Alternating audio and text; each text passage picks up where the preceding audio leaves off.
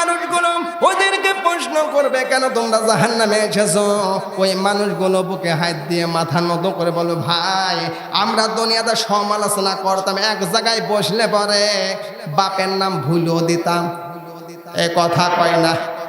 আপনাকে তালাতালি করেন, তাহলে চুপ কেন? গীবত করা এক জায়গায় যদি বসতে পারে ভাই, কত মানুষের গীবত করে, ভাইয়ের সাথে ভাই সম্পর্ক নষ্ট করে। কথা বলে না কেন? মায়ের সাথে সন্তানের সম্পর্ক নষ্ট করে দেয়, বাবার সাথে সম্পর্ক নষ্ট করে দেয়, বন্ধু বন্ধু সম্পর্ক নষ্ট করে দেয়।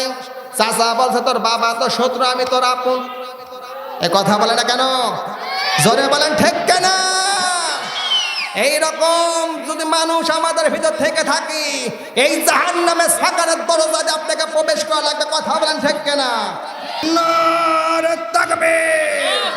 যে তাকবীর দিয়েছিল বাংলার জমিনের শাহজালাল, যার তাকবীর শুনে গৌর গোবিন্দ রাজপ্রাসাদের ইট পর্যন্ত ভেঙে গিয়েছিল, একই তাকবীর দিয়েছিল ইব্রাহিম খলিলুল্লাহ, যার তাকবীর ধবনিতে নবরগির অগ্নিকুণ্ড ফুলের বাগান হয়ে গেছে। কথা বলেন ঠিক কেনা? একই তাকবীর দিয়েছিল মুসা কালিমুল্লাহ, যার তাকবীর শুনে লোহিত সাগর পাড়ের রাস্তা হয়ে গিয়েছিল।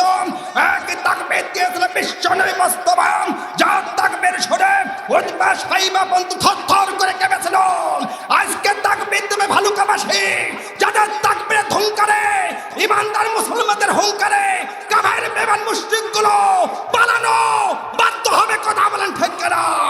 কোরআন থেকে যদি ডাক আসে, ইসলামের জন্য জীবন দিতে হবে, কোরআনের জন্য জীবন দিতে হবে। কে কে শহীদ হওয়ার জন্য রাজি আছেন? দু হাত তুলে আল্লাহকে দেখিয়ে দেন। নারে তাকবীর! আল্লাহু আকবার! আল কোরআনের আলো! লিল্লাহি তাকবীর! আল্লাহু আকবার! আমার নেতা তোমার নেতা, লা ইলাহা ইল্লাল্লাহ,